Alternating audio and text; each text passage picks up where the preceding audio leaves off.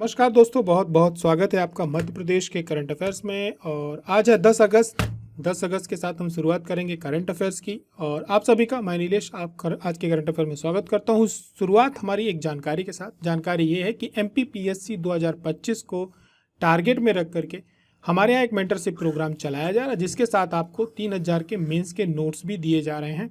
इसमें आपको मेंस के प्री के कॉपियों का जो चेकिंग होती है वो सब कुछ, साथ ही में प्रॉपर गाइडेंस 1-to-1 मेंटर से सब कुछ मिलता है। साथ ही में ईयरली करंट अफेयर्स की मैगजीन भी आपको मिलेगी। ये सब कुछ आपको 4999 में मिल रहा है। ये 10 अगस्त यानी आज तक के लिए ऑफर है, जिसके साथ आपको मुख्य परीक्षा के नोट्स मिल रहे हैं। मेंटरशिप प्रोग्राम आप इसको कभी से भी शुरू कर सकते हैं, क्योंकि इसको हमने डेट वाइज ना रख करके डे वाइज रखा है। तो आप जिस दिन से चाहें उस दिन शुरुआत कर सकते हैं। हमारा आपका साथ 15 महीनों के लिए, 1.5 साल के लिए रहेगा। ज़्यादा जानकारी नीचे दिए गए नंबर पे आपको मिल जाएगी। हमेशा की तरह एग्जाम गुरुजी की सुबह की शुरुआत एक सुबह के एक अच्छे विचारों के साथ। और आज का विचार हमारा डॉक्टर APJ अब्दुल कलाम का है। मुश्किलों के बाद हासिल हुई सफलता ही असली आनंद देती है। यानी हमारे साथ जितनी मुश्किलें होंगी, जितना संघर्ष होगा, जो बोलते हैं ना, जितना कठिन संघर्ष होगा उसकी जो सफलता का आनंद है, उसका जो स्वाद है, आपका उतना ही आनंददायी होगा, आपको उतना ही सुकून देगा।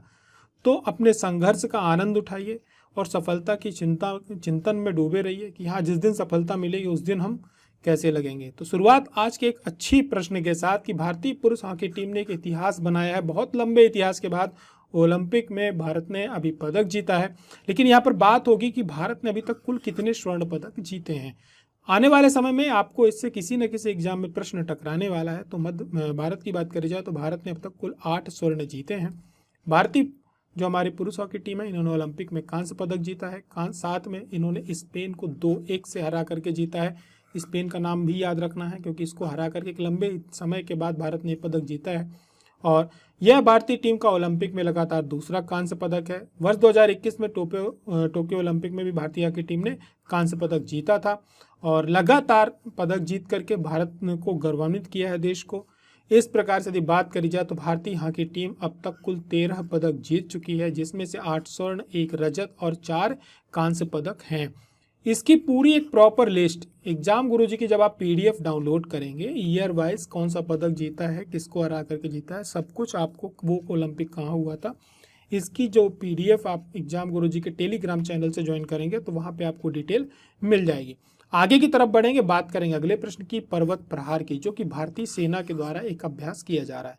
यह अभ्यास कहाँ किया जा रहा है? पर्वत में किया जा रहा है। पर्वतों की जो शहर है, जो देश स्टेट है, वो है लद्दाख। तो लद्दाख में इसका आयोजन किया जा रहा है, 20 दिनों तक चलेगा। और इसमें मेन क्या है कि जो ऊंचाई में जैसे सेना क्या होती है, जो अभ्यास करती है, ये समय और परिस्थिति यदि ऐसी आए तो उसके लिए तैयार रहने के लिए, प्री प्रिपरेशन के लिए होता है, एक अभ्यास होता है कि ऐसी कभी परिस्थिति हो तो हम उसके लिए क्या रहें, तैयार रहें। अपनी क्षमताओं को बढ़ाती है, अपनी तैयारियों को मजबूत करती है। सेना हमेशा चलती रहती है, ठीक है। तो इन्हीं क्रम में क्या है कि उन्होंने जो जगह चुनी है वो ऊंचाई वाली जगह चुनी है, इसका नाम रखा है पर्वत प्रहार, ठीक है। ये जो है भारतीय चीन सीमा के पास जो पहाड़ी इलाके, वहाँ के लिए अपनी प्रिपरेशन कर रही है और वहाँ पर सभी प्रकार की तैयारियाँ जो है उसका अभ्यास किया जाएगा। आगे की तरफ बढ़ेंगे, बात करेंगे अगले प्रश्न की कि जो फिजी है ये किस महासागर में स्थित है। तो इसकी बात करें तो फिजी जो है प्रशांत महासागर में स्थित है। ये प्रश्न क्यों आया? ये प्रश्न इसलिए आया कि हमारे देश की जो राष्ट्रपति है महामहिम द्रौपदी मुर्मू, इनको अभी क्या हुआ है कि companion of the order of Fiji के सम्मान से, नागरिक सम्मान, जो वहाँ का सर्वोच्च नागरिक सम्मान होता है, उससे सम्मानित किया गया है। इसके पहले देश के प्रधानमंत्री को भी 2023 में इस सम्मान से सम्मानित किया गया था। फिजी के जो राष्ट्रपति हैं वो हमारे देश की यात्रा में आए थे और देश की ही नहीं, मध्य प्रदेश की यात्रा में भी आए थे। यहाँ पर भी उन्हें सम्मानित किया गया था। हमारे देश की जो राष्ट्रपति वो इस समय फिजी की 2 दिवसीय यात्रा पर हैं और ये किसी भारतीय राष्ट्रपति की पहली फिजी यात्रा है। बात करी जाए फिजी की तो ये रहा फिजी, जो कि आपका पैसिफिक ओशियन में आता है, यानी प्रशांत महासागर में आता है। और ये न्यूजीलैंड का जो उत्तर पूर्वी है हवाई द्वीप है, वहाँ पे दक्षिण पश्चिम एक देश है, छोटा सा देश है। बहुत सारे वहाँ पर भारतीयों की संख्या बहुत ज़्यादा है, भोजपुरियों की बहुत ज़्यादा संख्या है वहाँ पर। ये किसी देश के साथ अपनी सीमा साझा नहीं करता। राजधानी यहाँ की सुवा है। शुआ याद रखेंगे, शुआ हमारे क्षेत्र में तोता को भी बोला जाता है। और मुद्रा जो है यहाँ की फिजी डॉलर है। आगे की तरफ बढ़ेंगे, बात करेंगे अगले प्रश्न की। एक अच्छा प्रश्न अगला, कौन सा टाइगर रिजर्व देश का सबसे बड़ा टाइगर रिजर्व है? ये जो है नागार्जुन सागर श्रीशैलम टाइगर रिजर्व है, लेकिन खबरों में जो टाइगर रिजर्व है वो छत्तीसगढ़ का गुरु घासीदास तामोर पिंगला टाइगर रिजर्व है। ठीक है, छत्तीसगढ़ सरकार ने एक नया टाइगर रिजर्व स्थापित किया जिसकी मंजूरी इन्होंने दी है। ये देश का तीसरा सबसे बड़ा टाइगर रिजर्व होगा। आंध्र प्रदेश में नागार्जुन सागर श्रीशैलम टाइगर रिजर्व देश का सबसे बड़ा टाइगर रिजर्व है। असम का मानस टाइगर रिजर्व देश का दूसरा सबसे बड़ा टाइगर रिजर्व है। इस प्रकार से यह छत्तीसगढ़ का चौथा और देश का तीसरा सबसे बड़ा टाइगर रिजर्व होगा। छत्तीसगढ़ का चौथा टाइगर रिजर्व है, देश का तीसरा सबसे बड़ा टाइगर रिजर्व है। अब बात करी जाए गुरु घासीदास तामोर पिंगला टाइगर रिजर्व की, तो जो इसका उत्तरी भाग है वो हमारे मध्य प्रदेश से और झारखंड की सीमा से लगेगा। जब बात इसके उत्तरी भाग की होगी तो आपसे प्रश्न पूछा जा सकता है फ्यूचर में कि ये मध्य प्रदेश के किस टाइगर रिजर्व से अपनी सीमा क्या करेगा या बाघों के लिए आवागमन का एक गलियारा बनाएगा। तो ये बांधवगढ़ जो हमारा टाइगर रिजर्व है उसके साथ एक गलियारा, क्योंकि जो बाघ होते हैं गर्मियों में पानी के लिए क्या करते हैं, विचरण करते हैं, उनके लिए उनका एक जगह फिक्स होता है, उसी गलियारे से गुजरते हैं। तो ये उनके लिए एक गलियारा होगा, यहाँ से उनका आवागमन होगा। बाकी के जीव यहाँ पर पाए जाएंगे। आगे की तरफ बढ़ेंगे, बात करेंगे मध्य प्रदेश की। तो प्रदेश में क्या है, एक विमर्श पोर्टल है जिसका संचालन किस विभाग के द्वारा किया जा रहा है। तो इसका जो संचालन किया जा रहा है वो स्कूल शिक्षा विभाग के द्वारा किया जा रहा है। अब विमर्श है तो स्वाभाविक रूप से यहाँ पर शिक्षक भी होंगे, विद्यार्थी भी होंगे। तो यहाँ पर विमर्श होगा। विमर्श किस चीज़ का होगा कि शिक्षा में गुणवत्ता जो है अच्छी प्रकार से की जाए और कैसे की जाए। तो इसके लिए एक प्लेटफॉर्म बनाया गया जो कि संभाग स्तर पर, जिला स्तर पर, विकास खंड स्तर पर सारे के सारे जो विद्यालय होंगे वो लॉगिन होंगे, ऑनलाइन होंगे, उनकी मॉनिटरिंग की जाएगी। वहाँ पर स्कूल के बच्चों का नामांकन होगा, उनको सभी प्रकार की जानकारियाँ दी जाएंगी, शिक्षकों की जानकारी होगी, प्रचार की जानकारी होगी। फिर इसके बाद देखा जाएगा कि परिणाम क्या मिल रहे हैं, उसका पूरा एक प्रॉपर विश्लेषण किया जाएगा, एक बड़े स्तर पे बनाया जाएगा। इसीलिए इसका नाम रखा गया है विमर्श। यहाँ पर किताबें भी उपलब्ध रहेंगी। लेकिन स्कूली शिक्षा विभाग का एक और प्रोग्राम चलता है, उसका नाम है उमंग, जो कि विद्यार्थियों को कैरियर गाइडेंस और काउंसलिंग की क्या करता है, सहायता प्रदान करता है। बढ़ेंगे अगले प्रश्न की तरफ, और विवेक सागर हैं, हॉकी की बात हो रही है तो स्वाभाविक रूप से इनको भी 1 करोड़ रुपए की घोषणा देने की घोषणा की गई है। तो मैंने उत्तर भी बता दिया, इनका संबंध किस क्षेत्र से है, तो इनका संबंध खेल क्षेत्र से है। डीएसपी हैं, डीएसपी भी इन्होंने हॉकी में पदक जीतने के बाद इनको ये पद अवार्ड किया गया था। जो हमारे पूर्व मुख्यमंत्री थे उनके समय में इसको किया गया था।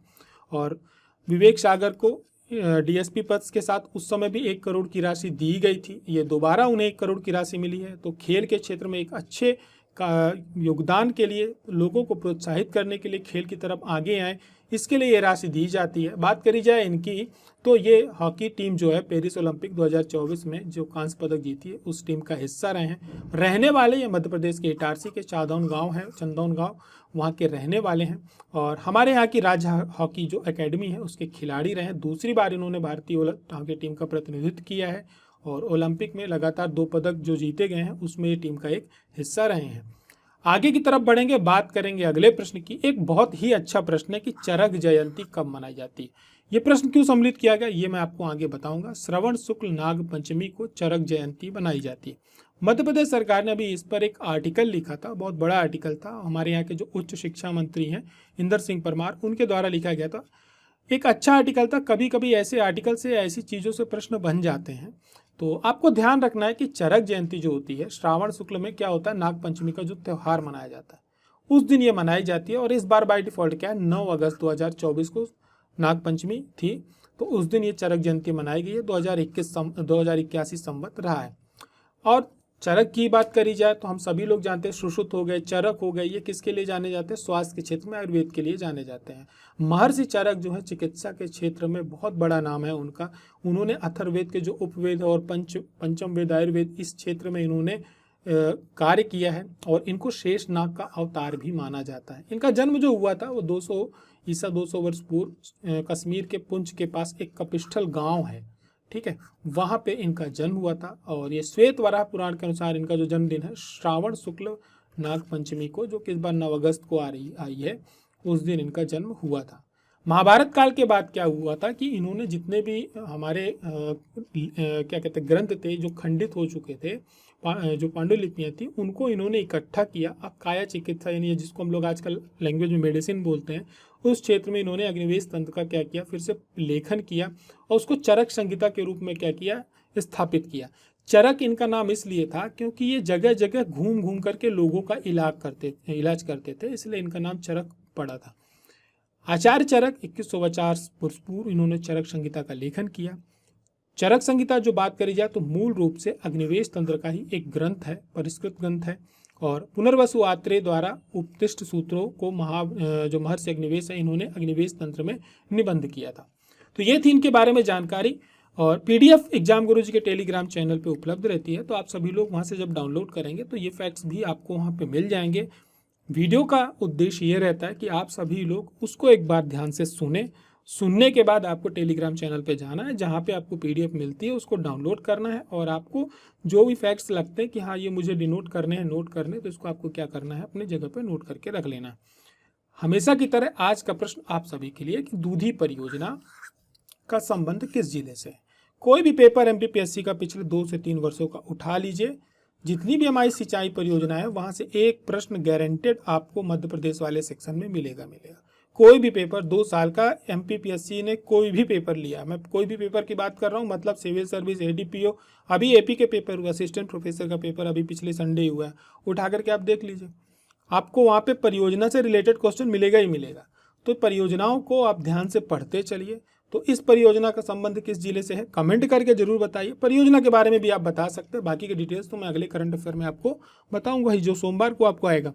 बाकी का यदि आप एग्जाम गुरुजी के कोई भी वीडियो कोर्सेज लेना चाहते हैं, बहुत ही मिनिमम प्राइस में अभी चल रहे हैं ऑफर, तो आप ले सकते हैं। राखी तक के लिए ऑफर है 495 में। ये सारे वीडियोस आप मल्टीपल टाइम जितना देखना है, सुबह, दिन, रात, शाम, आप देख सकते हैं। कोई एक्सेस का इसमें रिकॉर्ड नहीं है। हमारी और आपकी मुलाकात अगले करंट अफेयर में होती है। आंसर देना नहीं भूलना है, पढ़ाई करना जारी रखना है। तब तक के लिए अपना ध्यान रखें। जय हिंद, जय भारत।